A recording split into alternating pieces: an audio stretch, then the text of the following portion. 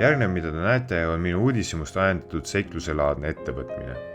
Et kõik ausalt algusest ära rääkida, siis antud kinnisidee sai mul alguse ühest YouTube'i videost, mida ma mitte kuidagi enam üles ei leia.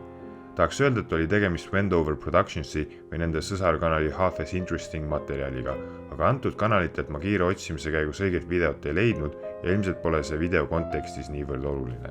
Igal juhul juba vähemasti 2-3 aastat tagasi sai enda jaoks paberile kirja pandud, et pean ära käima. Kuna pereliikmete suvekodu on üsna mugavasti kõigest 45 kilomeetri kaugusel ja ilm soosis ettevõtmist, siis rakendasin mõeldud tehtud printsiipi. Tuntakse antud geograafilist eripära nimede Saatse Saabas ja Lutepää kolmnurka all. Tegemist on umbes 3,8 kilomeetri pikkuse lõiguga T176 Värska-Uliitina peal, millel liigeldes tuleb läbida 2 korda Vene Föderatsiooni territooriumi. Eripäraseks muudab selle seiga tee peal puuduvad piiripunktid ja de facto on võimalik käia Venemaal. De jure muidugi sel moel omavoliliselt Venemaa riigipiiri ületamise õigust pole, seega antud teelõigu Venemaa territooriumit läbivad osad on rangelt ainult läbisõitmiseks. Tee ääres on liiklusmärgid, mis keelavad jalakäijate liiklemise ning peatumise parkimise. Lisaks on suured kollased täpsustavad tahvlid, mis seda liiklejatele meelde tuletavad. Tsiteerin. Venemaa tsoone võib läbida ainult transpordivahendil, olgu selleks auto, jalgratas või kas või eesel. Siinkohal toonitan, et üldiselt pole mõtet ka Eesti poolelt ülearu lähedale piirijoonele minna ja kindlasti ei tasu ületada Eesti-Vene piiri ilma vastavaid toiminguid tegemata. Oskan pakkuda, et halvim, mis Eesti poolel juhtuda saab, on see, et saate loovutada natuke oma raskelt teenitud raha ja lähete vihikusse kirja. Pakun, et kui teid Vene pool märgatakse ja peatatakse, saate sama au osaliseks, aga kogu see protsess saab olema kahtlemata pidulikum, kui seda sooviksite. Järgnev pärineb Nils Niitra artiklist Postimehes, avaldatud 7. augustil 2013. aastal. Saabas teatakse ka selle poolest, et mitmeid inimesi on seal kinni peetud ja viidud lähedal asuvasse Krupakordonisse või isegi Pihkvasse välja. Liide Lustit, vanaemase Sniki külast, viidi kord Krupakordonisse illegaalse piiriületuse eest. Proua Lusti. Istusin seal 24 tundi. Lõpuks viidi mind Värskasse tagasi ja anti kohalikele üle. Trahvi õnneks ei saanud. Saapa peal kasvab palju seeni, aga kui sind kätte saadakse, viib tee otsemad Krupasse. Olles kord Krupasse jõudnud, tavapärane tagajärg on rahaline noomitus. Trahv ise summalt suur pole, peamine on kaotatud aeg. Krupat külastas küll mitte vabatahtlikult kord ka Värska linnapea. Tollane linnapea härra Kudre. Piir oli värskelt kinni pannud ja olukord segane. Sörkisin Värskast Saatse. Õnnestus veeta öö Krupas. Neil, kes seda hetkel prooviksid, on tõenäosus Krupasse jõuda suur. Vene piirivalvurid oli piiririkkujatega karmimad, kui piir värskelt suletud oli, viies ka vanemad inimesed otse kinnipidamisse. Praegusel ajal on peatatutel suur tõenäosus kinni peetud ja Eesti piirivalvele tagasi antud saada. Igal juhul uudistama ma sinna läksin ja järgnevalt see välja nägi. Tere, head vaatajad! Esmaspilgul võib tunduda, et olen kuskil sellises tavalises teeäärses puhkekohas, kuid täna see kindlasti nii ei ole, sest kui me nüüd vaatame kaameraga teisele poole, siis siit jookseb Eesti ja Vene piir.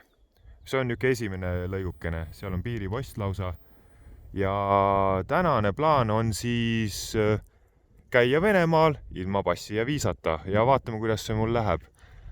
Marsruut on lihtne, Lutepää, Sesniki, seega ma siit tegin väikse alguse ära ja sõidame Lutepääle kohale ja vaatame sealt edasi, kuidas see reis läheb. Aga hetkel hüppan autosse ja teen esimesed reti Venemaal ära ja vaatame, kuidas see läheb. Siiamaani veel mind siin menetlema ei ole tuldud, nii et loodame, et kõik läheb hästi. Aga näeme Lutepääl. Nii, ja tegelikult siin sai juba esimene 30-meetrine trett Venemaale tehtud, aga ma filmin seda sõitu nüüd lähemalt siis ja oleme lähenemas Lutepääle, mis on siis tegelikult täiesti Eesti küla ja mis mul siin ikka öelda on, sõidame sinna lähemale, praegu näitab, et 900 meetrit on jäänud sinna ja Lutepää peaks olema täiesti Eesti territoorium, nii et peatun seal sildi juures dokumenteerimaks seda momenti ja ega rohkem siin hetkel midagi ei olegi, et näitab, et on veel 650 meetrit Lutepääle, siin käib kõva teede ehitus, nagu te näete,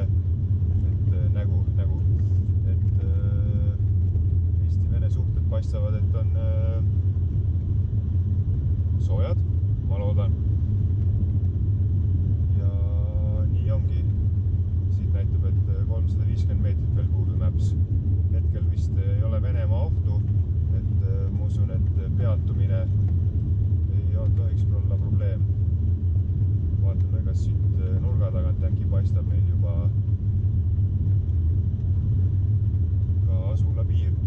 Ma muidugi eeltöö täiesti tegemata. Ma teadsin, et siit saab sõita Venemaalt läbi ilma, welcome to Lutepää, ilma passi olemasoluta. Aga kui ma siin kurvis nüüd seisma jään suvaliselt, siis ilmselt ei ütle kellegile midagi. Et vaatame, kuhu see tee viib. Äkki siin on asula moodi koht ka, kus me saame peatuda.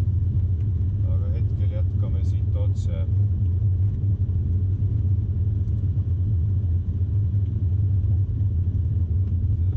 Lootsin nagu, et Lutepää on veidi enam kui pelgalt koht kaardil. Aga paistab, et nii ei ole. Et oleme siin, on mingid majad, niisugune väike asundus, kuidas seda nimetama peab, siin on lähevad teed kõik igale poole, siis sa sõidud hoovidesse, et inimesed täitsa elavad siin, ei ole probleemi. Loodame, et ka mitte minul. Keerame siit äkki natukene sisse ja teeme väikse pausi. Siin on eravalduse märk. Jäin piiripunkti ääres seisma ja kohe tuli politsei. Vist oli tegemist isegi piirivalvega, no politsei piirivalveameteks. Ja kontrollisid mu dokumenti kohe, ma jäin seal piiri täpselt nagu siis, kus see esimene 30-meetrine Venemaa osa on. Ma jäin seal piiri ääres Eesti peal seisma, no nii palju ikka mõistust on. Ja korra seisin, filmisin seal ja siis jõudsin sõita mingi 2 kilomeetrit edasi ja siis nad juba tulid vilkuritega. Ma juba seisin siin, sest ma tahtsin telefoni vaadata. Ärge piiri ääres peatuge, seal on liiklusmärgid ka. Mina nägin seal küll liiklusmärki, mida ma siis võib-olla mõistsin valesti, et umbes tee ääres ei või kõndida, et ärge peatuge, sõitke läbi ja piiri ääres mitte. Eesti alad on nagu siin, ma olen Lutepää sees, täiesti lubatud. Ja eks ma siis nüüd filmin ka siin. Õnneks trahvi ei saanud, aitäh, et olite hea südamega piiriametnikud. Nii, ja seal taamal ongi Lutepää küla. Ma ei hakka seal uuesti seisma jääma ja see 30-meetrine piiriala jäi sinna taha. Ja mis ma siis valesti tegin, oli see, et ma jäin sinna seisma, sinna piiriala äärde, et ärge seda kindlasti tehke. Õnneks aitäh, piirivalveametlikud said aru, et ma ei soovi midagi paha ja hoiatasid mind kõigest, et ei tohiks seal seisma jääda. Ma küsisin ka, et kui ma siit nüüd edasi lähen, et kus siis tohib peatuda ja kus ei tohi peatuda. Et piiriala ääres, kui te näete kohe, et on jalakäija punase ringi sees, siis kindlasti ärge sealt autost välja tulge ja seisma jääge, et lihtsam on minema sõita. Sest kes teab, võib-olla mul läks siis hästi täna pühapäev ka, aga võib-olla kellelgi järgmine kord ei lähe nii hästi, et sain noomida. Nad ei olnud väga kurjad minuga õnneks, et ütlesin ka ausalt, et uudishimust tulingi siia, et pole nagu midagi varjata ja lubasid mul jätkata oma päevaga õnneks ilma menetlemata. Nii et kindlasti pidagi seda silmas, et ma ei tea, võib-olla mina olen üks väheseid jobusid ka, keda sellised asjad huvitavad, aga mis teha, niisugune seiklehing on ikka sees, siis tahtsin oma silmaga ära näha. See on selline olukord, et sa saad käia teises riigis ilma ühest riigist väljumata nii-öelda juriidilises mõttes, et ma saan minna Venemaale ilma passi ja viisata, kuigi tegelikult see on ainult niisugune läbisõidutee. Aga suurest elevusest ma õlisen liiga palju, see on Lutepää seal, see, mis te siin kõik näete. Et ma jätkan oma teekonda ja katsun mitte pahandustesse sattuda.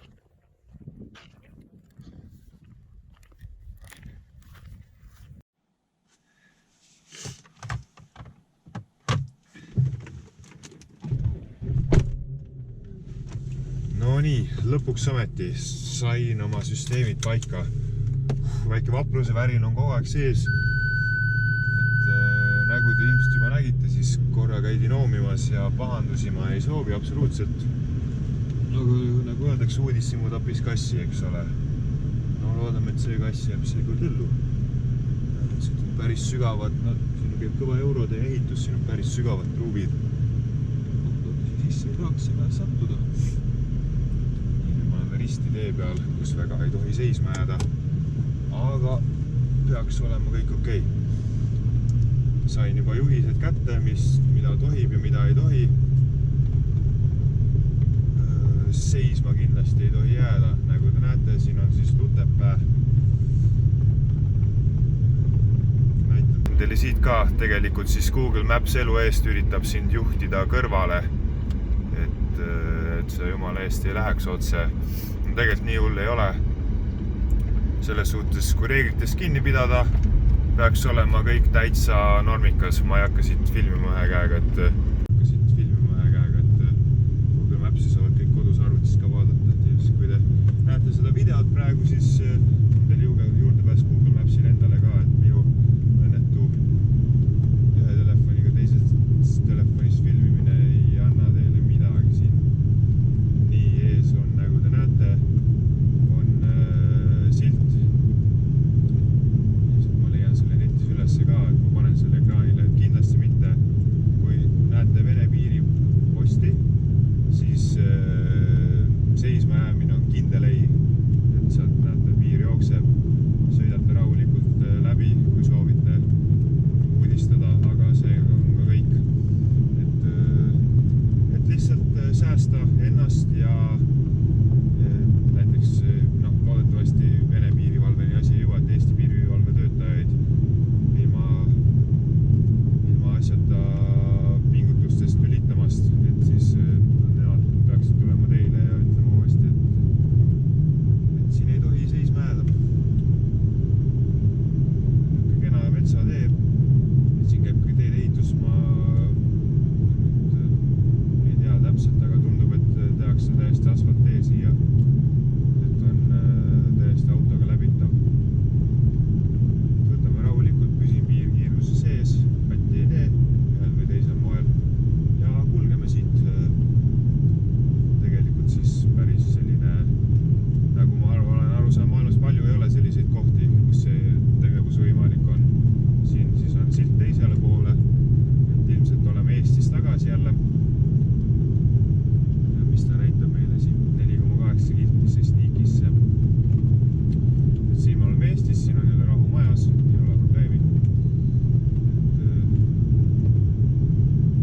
See Sneaky ongi meil siin.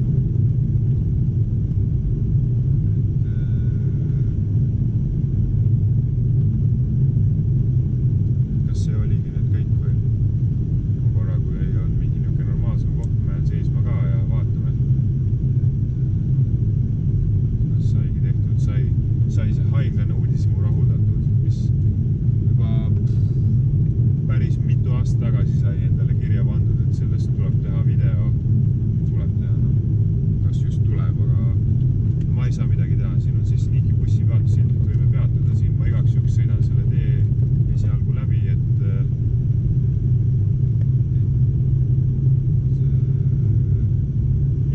ei oleks rohkem selliseid kaheldavaid olukordi, mis võiksid ilmselt minu kahjuks laheneda. Ma arvan, et seda ei soovi keegi oma elus. Nii võiks minna. Vaatame siit, näitab mulle paremale pööret. Loodetavasti ei ole siin Vene riigipiiri kuskil nurga taga jälle ja kõik on korras.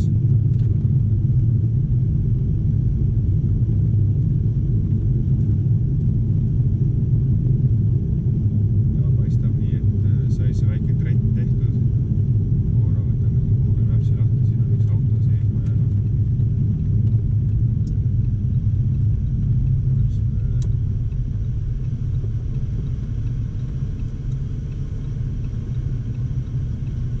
Siin mees sõidab rattaga, ilmselt võime siin peatuda. Ja ei tule pahandusi meil. Võtan siit Google Mapsi lahti, vaatan, mis ta meile näitab. Õnneks need ongi selline väike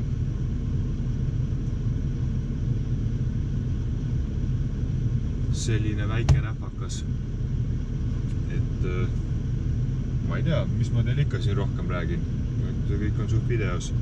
Ma arvan, et ma teen siit ingliskeelse vähem illegaalse variandi ka ja ongi nii. Aga polnudki midagi huvitavat nii väga.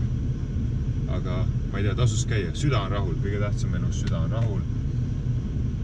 Paandusi ei olnud.